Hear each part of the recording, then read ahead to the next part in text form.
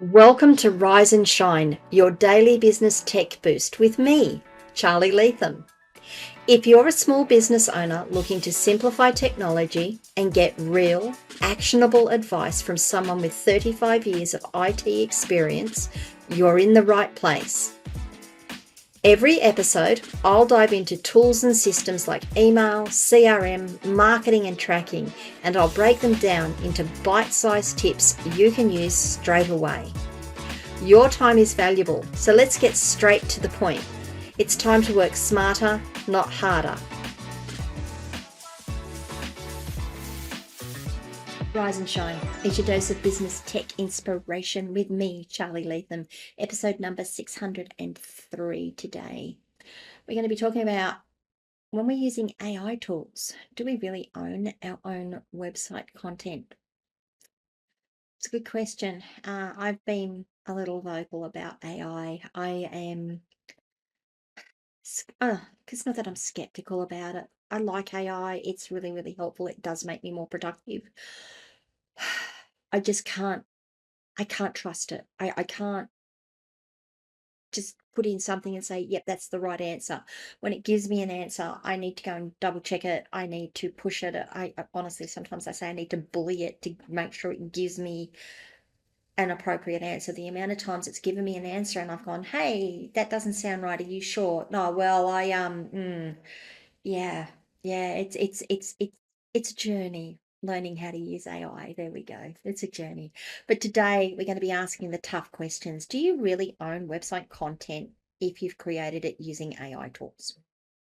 So many businesses are starting to lean on AI to draft copy, blog posts, or even product descriptions. Hello, I'm one of them. It's important to understand where the ownership begins and where it ends. I'm going to break this down into three key areas: why ownership matters, how AI complicates things, and what you can do to protect your rights. Now, I am going to caveat all of this. I'm not a lawyer. I'm not an AI aficionado. I'm a chick who understands a lot of stuff, and I like to bring information together. I like to ask the questions and I like to try and answer them. Whatever I say here, I want you to make sure that if it's legal and you need to make sure you are covered legally, go and get legal advice. Don't just rely on what I'm telling you here. Use what I'm telling you here to ask appropriate questions, however. So let's talk about why ownership matters, or why I think ownership matters. We've got the legal rights versus usage rights. Normally, copyright belongs to human creators of work.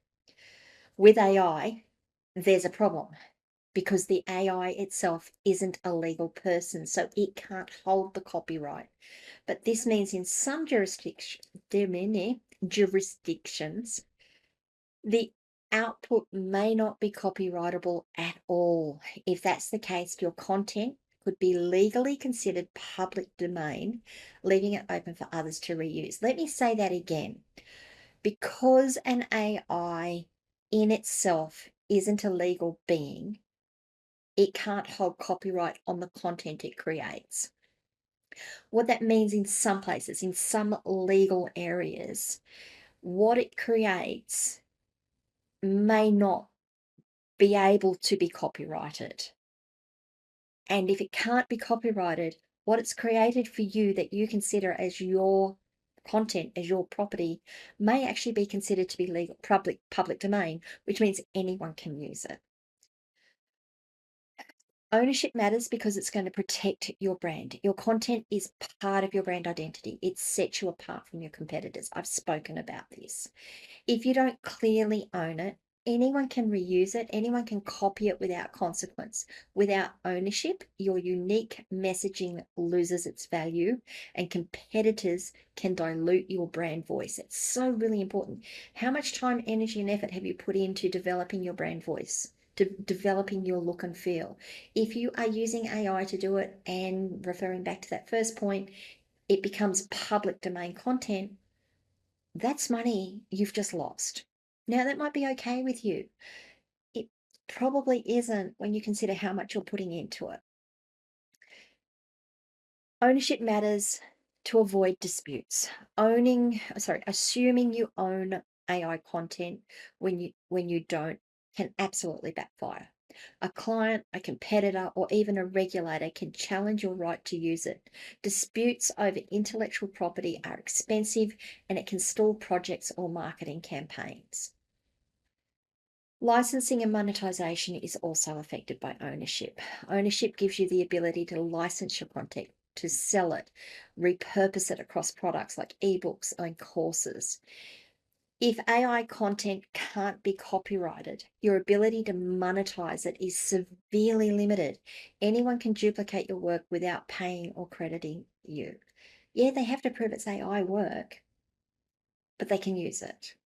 Or worse, they can use it and then you can go back and say, but they're using my content. And someone says, well, that was AI. And now you have to prove that it wasn't AI generated. Regulatory compliance. I've got to get that word right. Regulatory compliance. In industries like finance, healthcare, and government, you must be able to prove you own or control the rights to everything you publish. Publishing ownerless content can create compliance problems, damaging your credibility and even expose you to penalties. Okay, so that's why ownership matters. Now let's talk about how AI tools complicate these ownerships and how this can occur. I've already spoken about the fact that AI isn't a person, so it can't actually own the content. The terms of service of the tools that you use are going to matter. Every AI platform has its own rules. Some, like the commercial, notice I say the commercial ChatGPT plans, transfer full usage rights to the user. Other platforms, and I'm not going to name any because I really don't know, retain the right to reuse your outputs for further training. Bear that in mind. If you are writing content about how to do a specific process, for example, I want to do a training course on how to write a plugin for WordPress.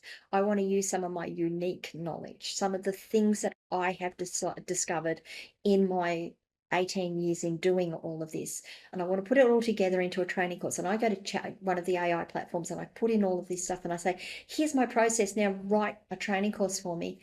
That content with my unique knowledge, with my private knowledge, the knowledge that is mine, that is mine explicitly, can be reused to train the GPTs, can be reused to train the AI engines, which means it goes out to other people. So you've got to be really, really careful. If you haven't read the terms, you may not actually own what you think you do. So make sure you understand what the usage rights are and what the transfer of ownership rights are.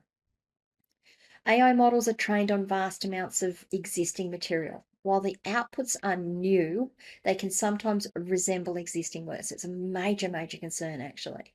If your AI generated copy mirrors someone else's copyrighted work, you could face challenges over originality. Okay, so if you go in and you say, hey, create me a page that does this, and I won't say it's happened to me, but I've seen it happen where someone's gone, I like this site and this site and this site and this site, and I want my content to sort of look a lot like this. And then all of a sudden you've now got something that looks exactly like those sites because the AI goes, oh, cool, you want that? I can use that voice. I can use that method. And so you may end up with content that isn't original and is actually a copy or a close enough copy of someone else's work that you are now breaching their copyright. Shared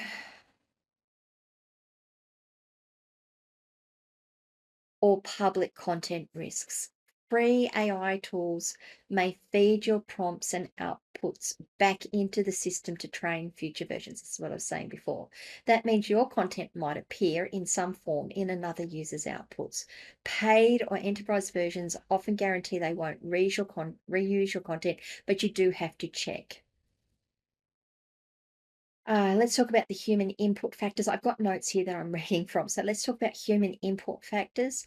Most copyright systems require human creativity. Pure AI generated text simply may not qualify to be copyrighted. When you edit it, restructure it, or add original thinking, it's much easier to claim the ownership. Human contribution transforms AI text into protectable work. I believe I'm going to cover that a little further down. And the last point I've got here in terms of all of this is jurisdiction differences. Ownership rules vary around the world. In US, courts have ruled that AI only works can't be copyrighted. In the EU and Australia, our laws are still evolving and regulators haven't given final answers. For global businesses, this uncertainty means extra caution is required.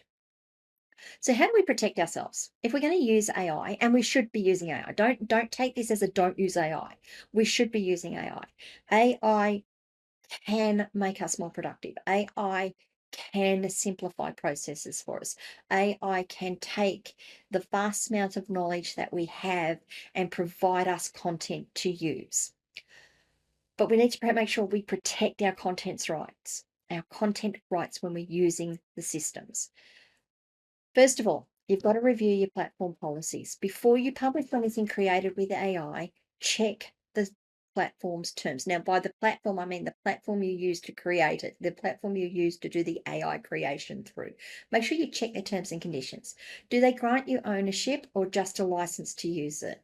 Free plans often come with weaker rights. Commercial or enterprise plans usually give you stronger protections. Yeah, I'm going to cover it. Here it is. Add human authorship. I don't care what you do with AI.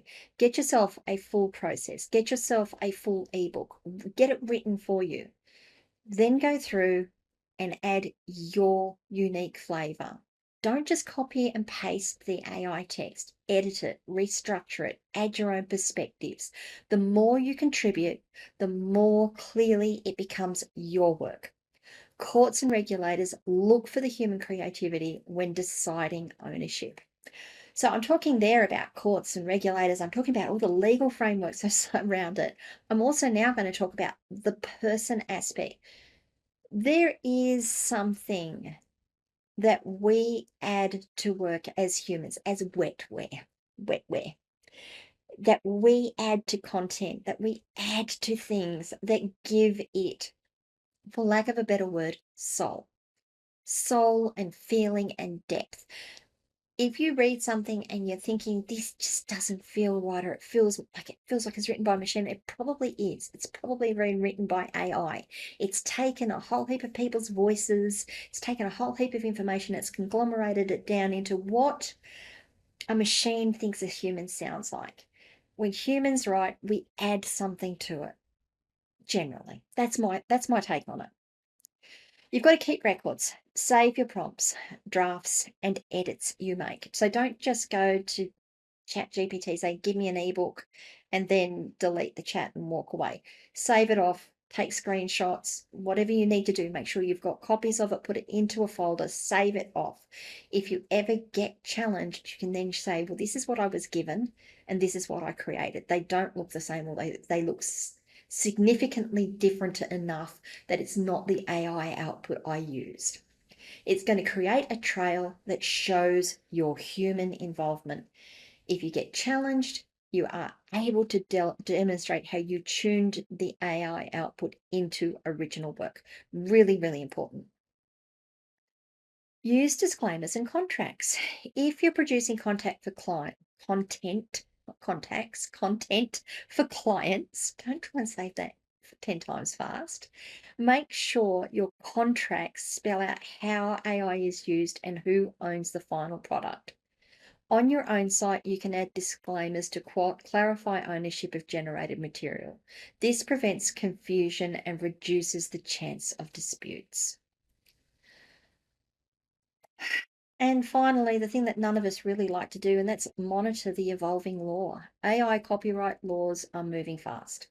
New cases, new rulings appear every few months.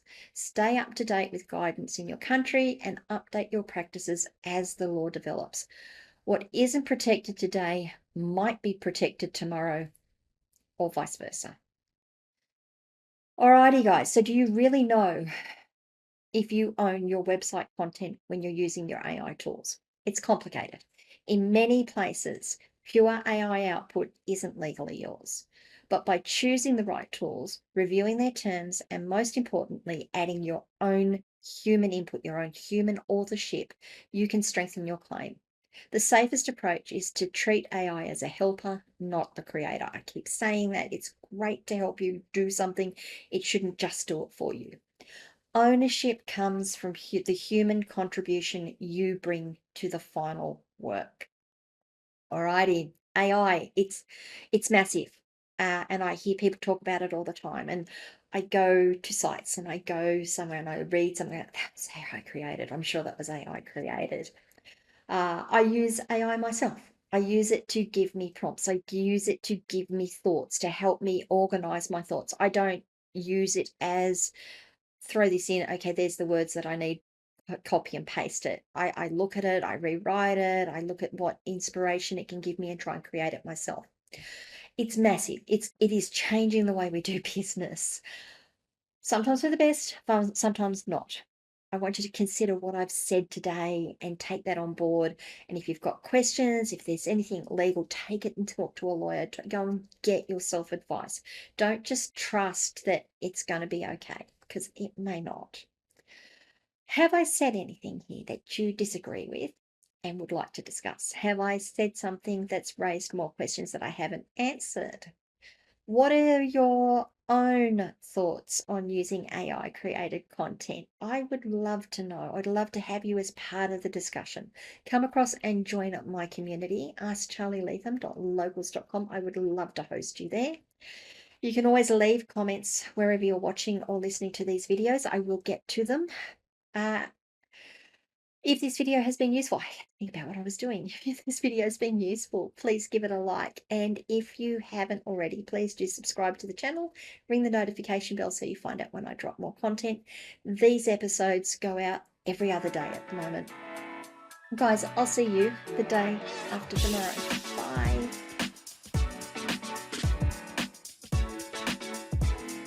Hey there, thanks so much for tuning in to Rise and Shine, your daily business tech boost. I hope today's episode gave you some actionable insights that will make your business tech work smarter for you. If you found value, be sure to subscribe, leave a review, and share it with other small business owners who could use a daily boost. For more tips, tools, and resources, visit www.askcharlyleetham.com. Until next time, keep rising, keep shining, and let's make tech simple together.